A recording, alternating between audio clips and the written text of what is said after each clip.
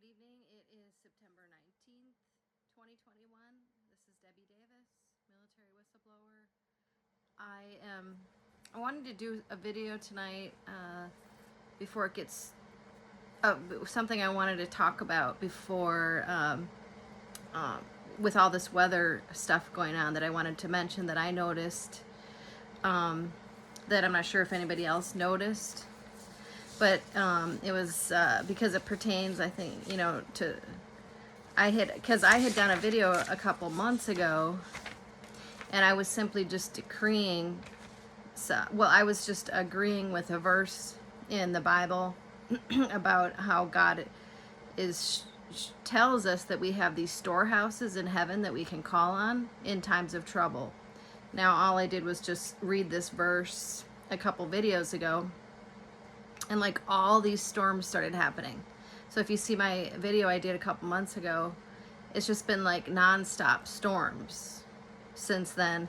And I by no means am trying to like take credit for all of these storms. You know, I would never wish these innocent people anything, but I just think it's evidence that God is showing us that He is in charge.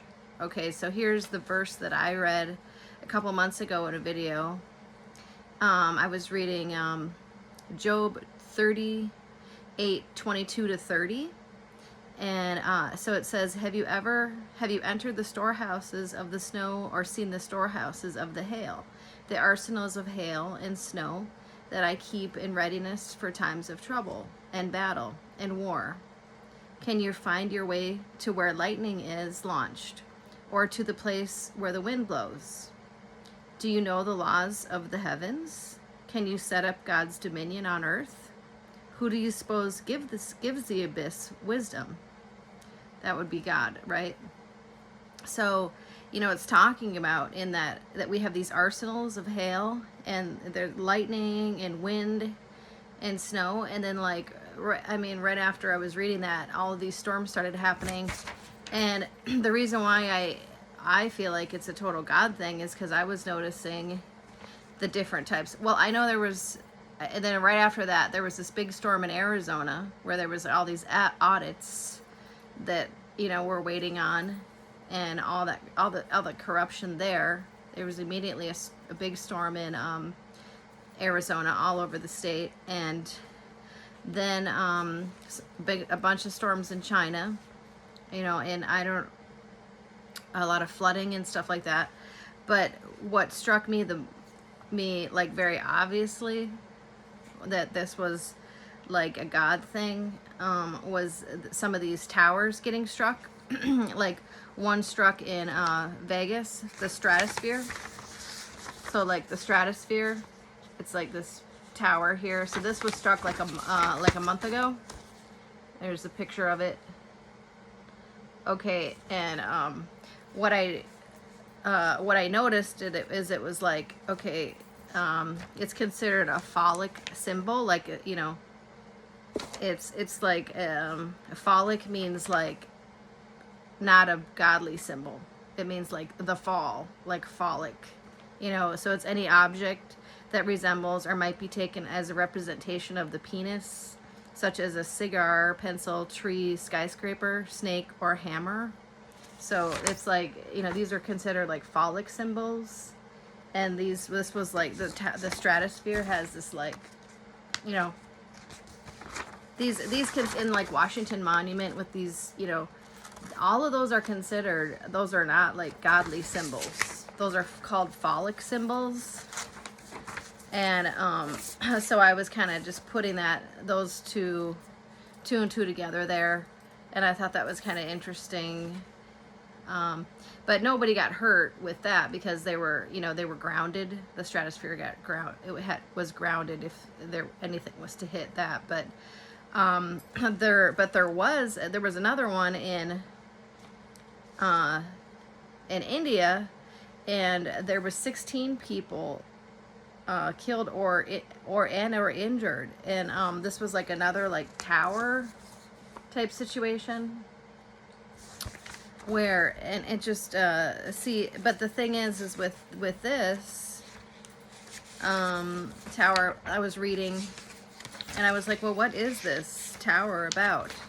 Okay, so the tower that got hit in India, it got hit and killed. There was a July 12th, and they were like posing at this tower. Okay, well, what is this tower? I was just kind of curious. And this tower represents a false god, a false idol named Sheila Devi. It was the Amir Fort, Amir Fort that got hit, and in Jaipur, India. It was brought by Raja Man Singh. So hundreds of thousands of people from Jaipur and surrounding areas gather to pay offerings to Sheila Devi. Okay, it's basically like an old goddess. Okay, so her temple, it's a temple of a goddess that they're trying to pay tribute to.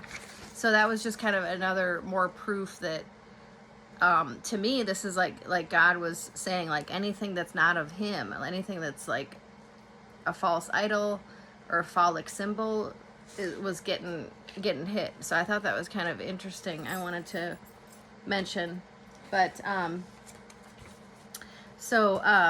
wanted to read, but I think these storms are still going on, and it's just been nonstop. And I just think that it's a total God thing, like a cleansing.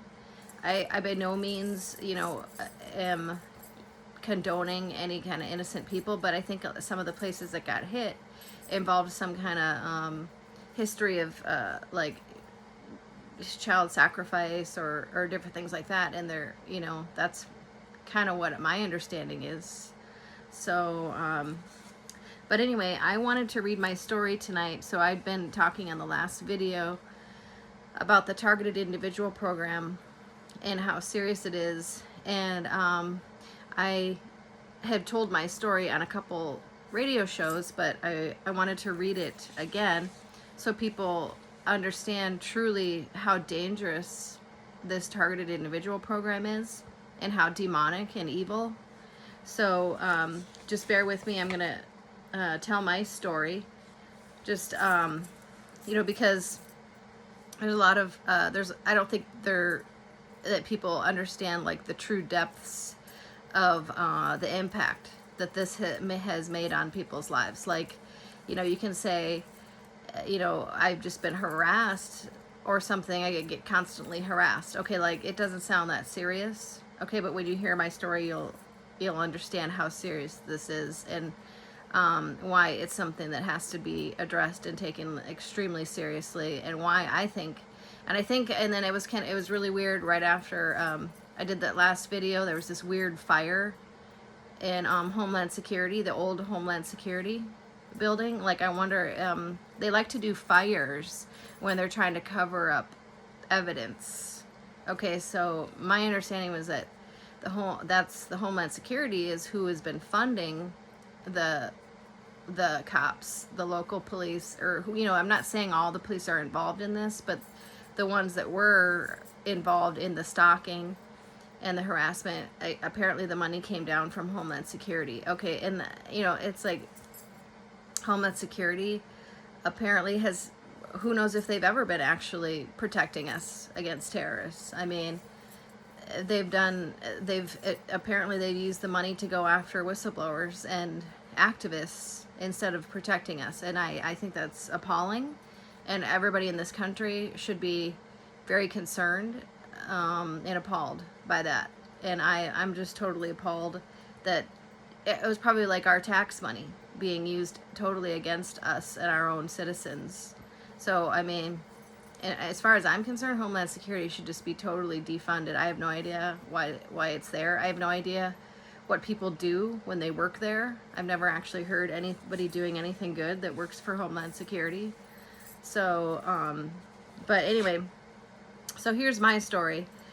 At least some of it. I mean, this isn't even all of it. I mean, this is like just some of it, and you'll just be blown away with just this part, but there's so much more too. I mean, so my name is Deborah Davis.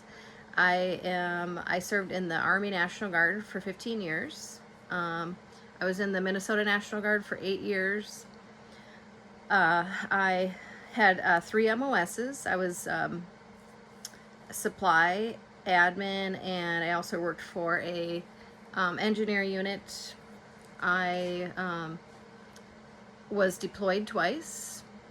I was at various different positions for 6 years at the Arizona National Guard. And then the final position that I had, which was an admin NCO, is where I ended up getting, accidentally becoming witness to some of these things in the finance office, okay, where we noticed there was illegal withdrawals. So then you know, it's not like anybody purposely is trying to be a snitch or purposely trying to be a whistleblower. You become an accidental witness sometimes to something. And we tried to report it internally because we didn't want to be held accountable for money missing or anything, because I was doing the payroll for the troops because I was admin, and I was like in and out of the finance office, and there was stuff going on in the finance and the emergency relief fund that made us feel really uncomfortable. So we ended up reporting it to the Arizona Auditor General, and the base got audited, and they found $2.7 million missing. So they, instead of being rewarded for doing the right thing, and they ended up finding that money missing, I was actually pushed out of the military illegally. I was forced by the general to take a General Huger Salazar to take a medical discharge. I wasn't given a medical board. This can be documented. I wasn't given any kind of medical board or evaluation, physical or mental evaluation of any kind. I was just forced out illegally. So anyway, there was also things going on at that base where there was supplies left in Iraq that never came back as well. So anyway, I believe I ended up getting on this targeted individual program by the Senator John McCain and probably the general of the base. It's like the targeted individual program is funded by the DOD. So the DOD was involved in putting me on this list, and Homeland Security and these generals. This was under Obama and Biden, where this happened. This was in 2012. So I somehow got on this list around 2012, and I started being harassed every day of my life. As I awaited a medical discharge, I couldn't even go to drill. They made my life living hell. I was trying to, like, you're supposed to wait out a medical discharge, and you still are supposed to attend. But I was afraid for my life to even go to drill because they harassed me and scared me so bad. Each drill, they looked like they wanted to kill me. So I think I ended up just going to 2 drills, and I ended up calling the Florence police and filed a police report saying I'm too afraid to even go to drill. And there had been 3 prior soldiers that were mysteriously found dead on that base. So I had every reason to be scared. Okay, and there was one soldier that was murdered when I was working there. His name was Staff Sergeant Carl Markovich. And one time, this was in 2010, and I was working there full time, and I heard that he showed up for drill, and somebody came behind him and slit his throat. And I never saw any investigation of any kind by the MPs or regular police of any kind. And prior to that, a few years prior, I found out that there was a soldier that was found dead in the barracks, and then one that was ran over on their motorcycle when they were driving home. Okay, so there's 3 that I know of, and those are just the ones I know of. But then, and I called the Phoenix police multiple times. We tried calling, and they because, you know, there was various different things. You know, there was also rapes and different things like that. That what didn't happen to me, but it happened to other females. There was okay, so, you know, there was a lot of different things happening, criminal activity. And so, and then when we would call the Phoenix police, they would say, we have no jurisdiction on the military base. Okay, so this is, that was what they said. And so nobody, and we never saw MPs actually doing their job. So who's actually in charge of criminal activity on a military base? It was just a National Guard base. It wasn't an active duty base. So anyway, so basically I did end up getting a medical discharge. At least I got out honorable. But I was pregnant at the time, actually, when this happened, and that's why I didn't want to lose my job. And all this stress that they caused me did end up causing me a miscarriage. And it was like a really bad miscarriage where I hemorrhaged and everything, and it was, you know, that was another thing that happened. And on top of it, I was, then I started having people following me in Arizona. So it's part of this targeted individual program. They're called gang stalkers, and apparently the money comes down from Homeland Security and the CIA, and I started being followed. I believe they were trying to poison me, and things like that. They, you know, I was always feeling like I had to watch what I was eating and drinking. I've heard that other targeted individuals, they try to poison you in some way. That's one trick they try to do. They somehow try to poison your water or something, or your food or something in some way if they can get close enough to you. I became so afraid for my life in Arizona with all this happening that I literally had, you know, ended up fleeing the state once I got, you know, I got out the medical, got out of the state, and they followed me to Minnesota. So I came back to Minnesota in about 2013, and then I had the gang stalkers follow me, and they moved into an apartment there, where I was in Minnesota, in Hastings, Minnesota. And in the middle of the night, one night, I heard, so this guy moves in, and I could tell that he'd been watching me. He didn't go anywhere all day. And I heard, literally one night I heard sawing, and I would hear like electronic equipment every once in a while, and so I knew I was being watched, you know. And then so one night I actually heard sawing. I thought he was gonna saw right through my into my apartment. And then I finally called the police, and they did come out finally, and they were like, they went in the room, and they didn't see any, you know, like they didn't see anything, any sawing or any holes or something, I don't think, but they said they did see electronic equipment.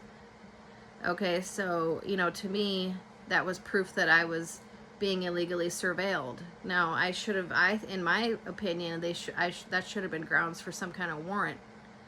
But I don't think they knew enough about what was going on. I think it was like, okay, what is this equipment? Is this like something that he's doing for work, or is he actually, you know, spying on her? And he was spying on me.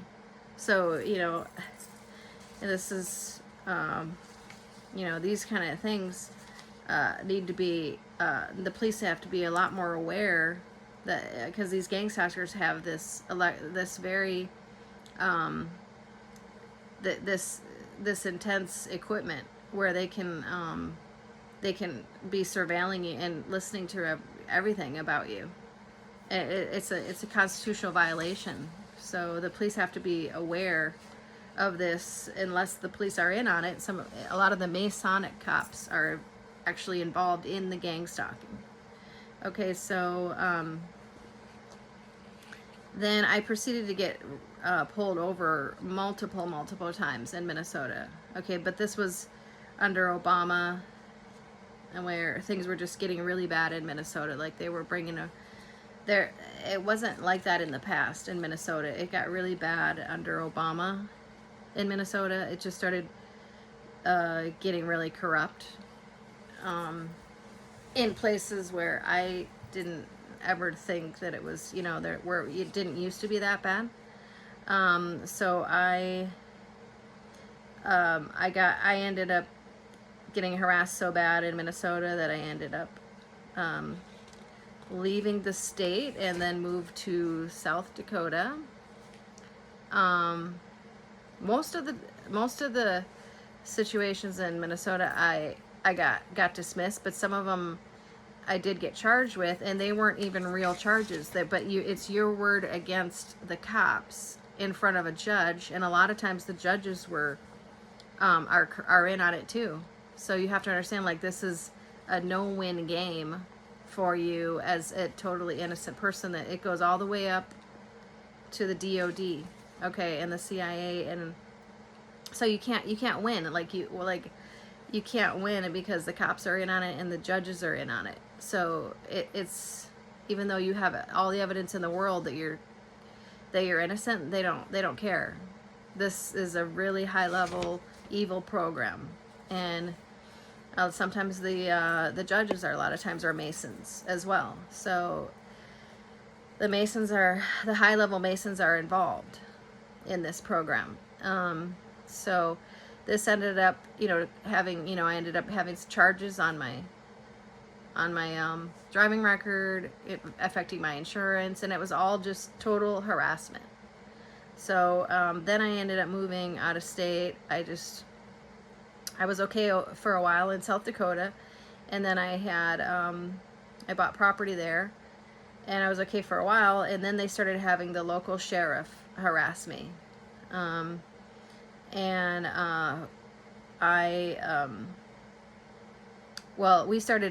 I started hearing stories. I was keeping real low key at first in South Dakota. I wasn't involved or asking questions about anything or trying to make any kind of problems. I just wanted to be left alone. And then what happened is my neighbors started telling me about a bunch of stuff that happened in our county with this sheriff.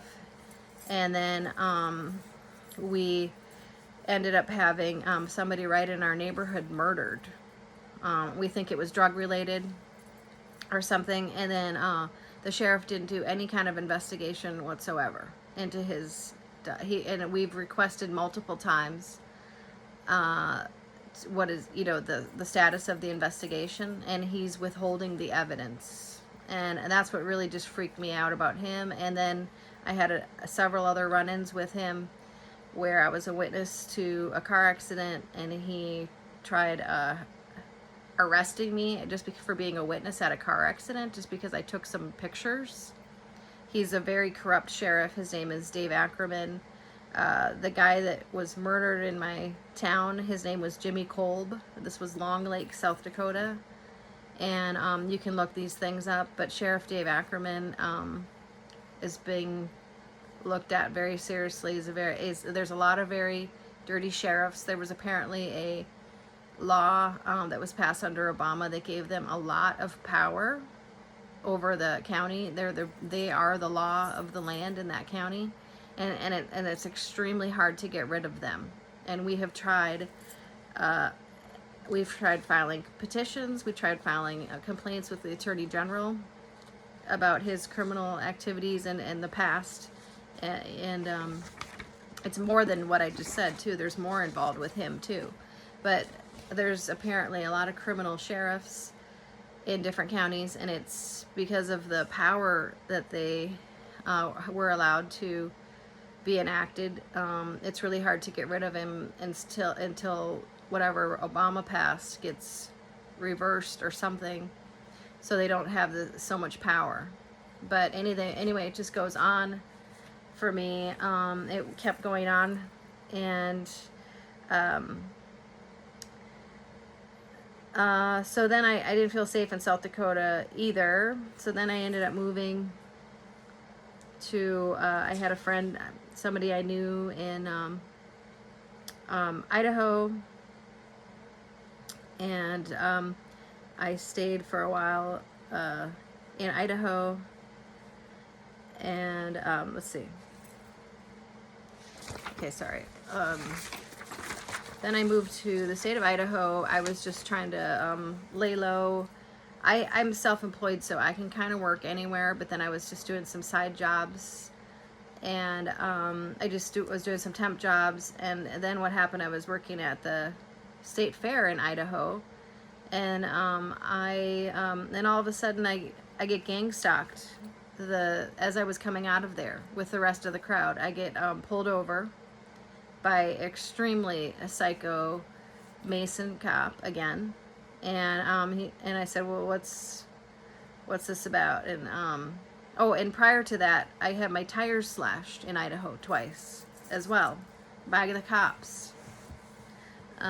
So, and I've heard a lot of different stories about, some people have seen my videos about the Idaho cops, and they were writing into me, and the women were telling me crazy stories about the Idaho cops. Really super corrupt in Idaho and Utah. So anyway, I was just leaving the crowd, and then he said that I was driving erratically. I was just driving with the rest of the crowd. You know, they just use these crazy reasons to pull you over that don't make any sense, just to harass you. And then he said there's a warrant for my arrest, and I said, no, there isn't.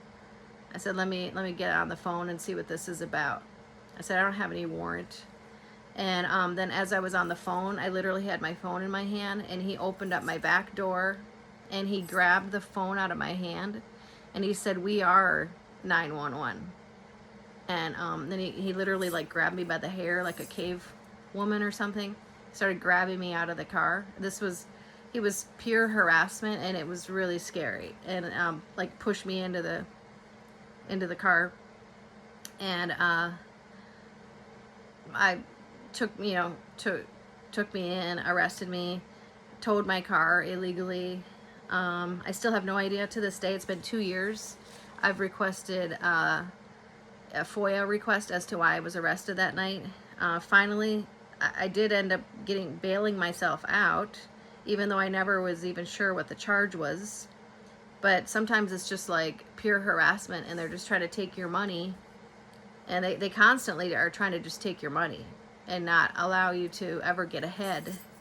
Okay, so I bailed myself out. It costed me over $1,000 because it was bail, and I had to get my car out, and I mean, it was just a disaster. Then I ended up fleeing from there. I had a friend in Nevada that I stayed, and I rented a room from them near Vegas. Once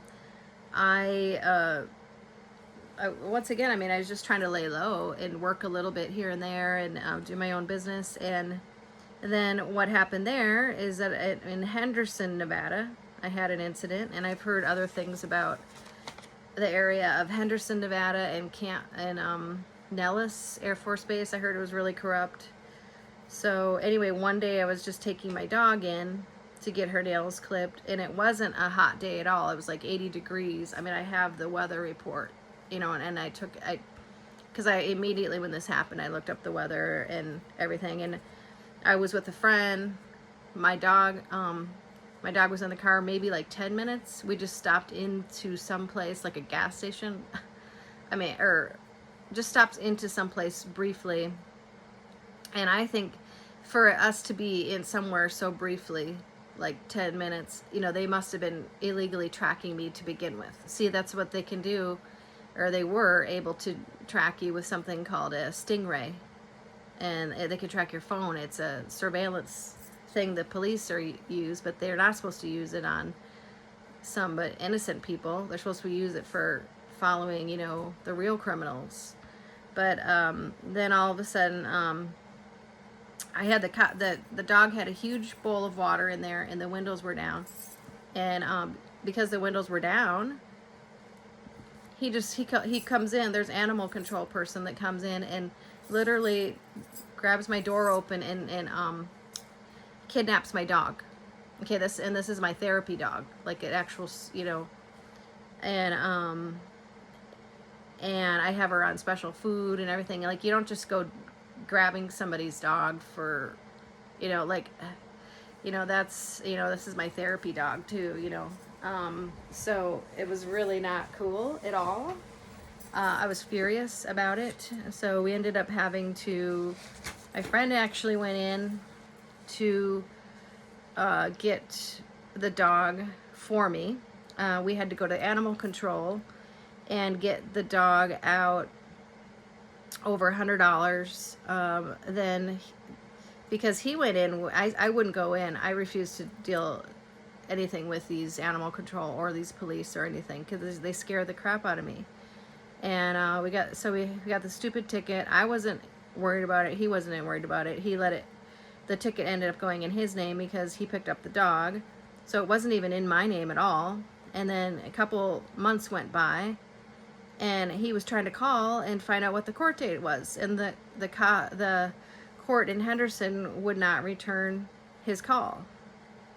Okay, so we're calling, you know. I finally went in there one day to try to find out for him, since he was nice enough to help me with the dog and everything. I ended up going in there just trying to find out information for him. I didn't even say my name or anything. I was just asking about what was the court date for Rand, you know.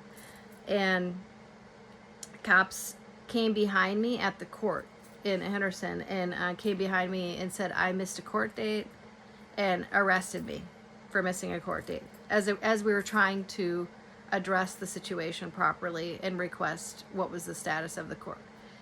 You know, there, you know. So I ended up arrested for a ticket that was not even in my name. Okay, and this was like on a Thursday. There was no warrant for my arrest, and there was no warrant for his arrest. Like, there was nothing. This was all just pure harassment. I mean, but this is what they do. This can all be documented that these things happened to me. So it was like on a Thursday, so I had to spend the whole weekend, like 5 days total, in jail before I could see a judge. I ended up getting out of there, and that charge was dropped because there was no warrant or anything in my name, or no ticket in my name. And but I never got reimbursed or anything for anything that they did to me there. And I've never been reimbursed for anything that happened to me in Minnesota or in Idaho, and they were all wrongful charges. Okay, and then let's see. Okay, so and then from there, from Nevada, okay, this was around January. I did end up driving at that point to Washington, D.C. This was when they were trying to impeach President Trump. And I drove to Washington, D.C., and I wrote out a sworn statement and with evidence, and I got it to the Department of Justice about how I had documented that I had contacted everybody on the Armed Forces Committee with Senator John McCain about the crimes going on at the Arizona National Guard. Okay, so I thought, well, if somebody can make a statement that would be powerful enough to help with this impeachment against President Trump, who's my favorite president, it would probably be somebody like me, because I had evidence that Senator John McCain was fully aware of all the crimes going on, and everybody on the Armed Forces Committee was aware. I had sent correspondence saying that we have crimes going on at this military base, you know. So Senator John McCain was fully aware of the crimes, the money laundering, embezzlement, and the weapons thing. And if you are not aware, Senator John McCain was executed for treason and crimes against humanity. So that will eventually come out. But as far as I'm concerned, everybody else that was also aware of those crimes that were on the Armed Forces Committee with him should also get in trouble, because they were also aware of the crimes at the military bases. And it wasn't just my base. There was all kinds of stuff that happened at Fort Hood as well. There's all these soldiers that ended up that are missing. There's like 20. So you can look at that too. And this is very serious things going on at these military bases. So I did my part and drove out there and gave my sworn statement with evidence, and Trump was not impeached. And and I don't know if it was my statement that helped with that, but I'm sure it was a mixture of a lot of different things. But I did my part as a soldier and as a citizen to go against that ridiculous attempt. And so then obviously I wasn't going to stay in DC area. There was way too expensive, and I didn't want to, that was dangerous for me to be near there.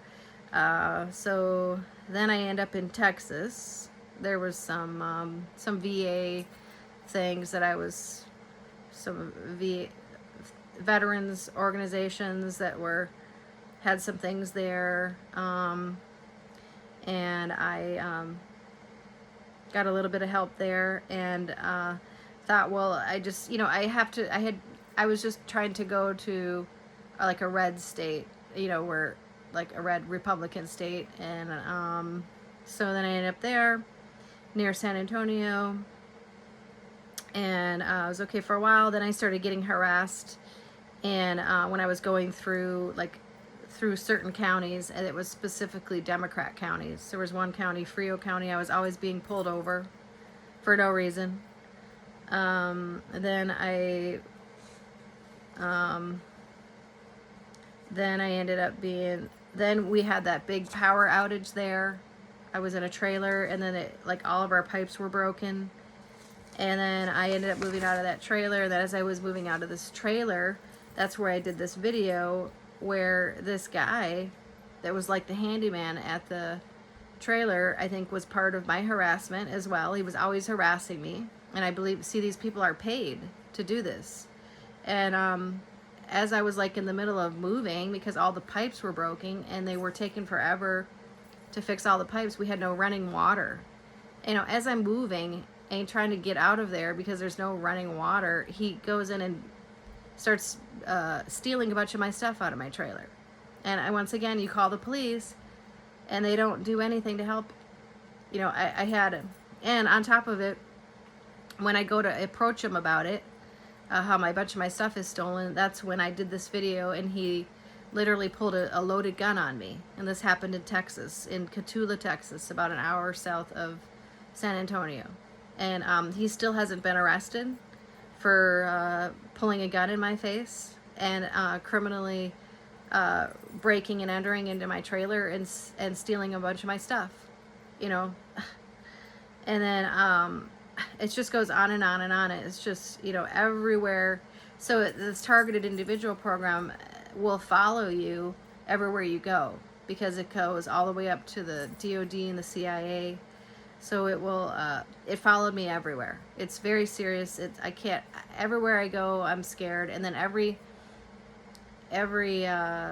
job I've had, I get harassed as well at different jobs I've had. It's the most evil agenda. They want to destroy you. You're on a targeted list where they want you dead. They won't, every job you're harassed. They don't want you to get ahead.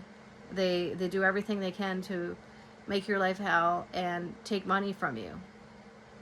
It's basically they want to try to destroy you, but they don't want to make it look too obvious. And that so the ultimate goal is to kill you. This is a very serious program, and it should be taken serious.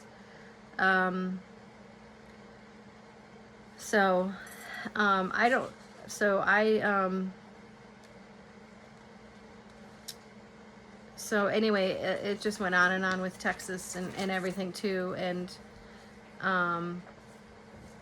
I you know, that there was tons more that happened, but that was just basically part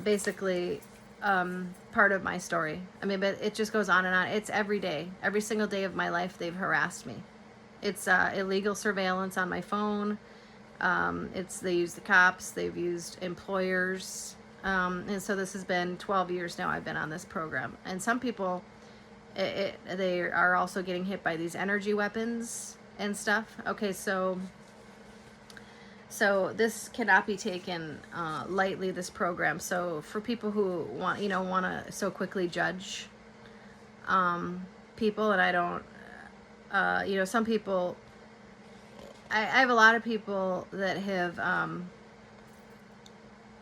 tried to blow off my story or not take it serious, or they just have a hard time grasping that all this stuff is happening to me. But I have evidence that it has, and it's gone on now for 12 years for me. It's been hard for me to have any kind of life of any kind. It's how serious it is. And then we have all kinds of alarming statistics from 2008 to 2016 of veteran suicide. There was 60,000 veterans that committed suicide. Okay, so you have to understand that they were targeting veterans with this targeted individual program. Okay, so some of these suicides might actually not be, like they might have been targeted and made them look like suicides, or they might have been making them crazy like they did with me, forcing you to just be like, I can't take this anymore. Okay, I believe that this targeted individual program might have very well been involved in these 60,000 veterans committing suicide. Okay, and so this is why nobody should take this lightly. You got 60,000 veterans committing suicide, and nobody's alarmed by that. And that's how many per year. I mean, it's just way too much. And are they really, like, who what is were they reaching out for help at the VA, and were they getting any help? Or was it just like all of a sudden they just, this is very alarming when I saw those statistics, and then I started realizing that I wasn't the only veteran in this targeted individual program. There's other veterans. Anybody that thinks, if they think that you know too much, like they thought I knew too much, so that I'm on like a whistleblower, I was targeted because I was some kind of threat. So I'm sure there's a lot of other veterans that were considered somewhat of a threat if they think you know too much, and then you were also put on this list. Okay, so I wonder how many of those suicides were actually suicided from this targeted individual program. So anybody that wants to, judge me, or any veteran, that's going through a hard time, maybe you should consider my story and the suicides and everything, and maybe you would think differently about how serious this really is. So anyway, I just hope I brought awareness to that subject tonight, for the other veterans and other targeted individuals that are just being like terrorized. So I believe that it's being addressed properly now, that they know that Homeland Security is involved, the CIA, the DOD, and I believe that that's why there's stuff going on with the top level brass and stuff right now, and I believe that there are arrests happening, but this has gone on for way too long.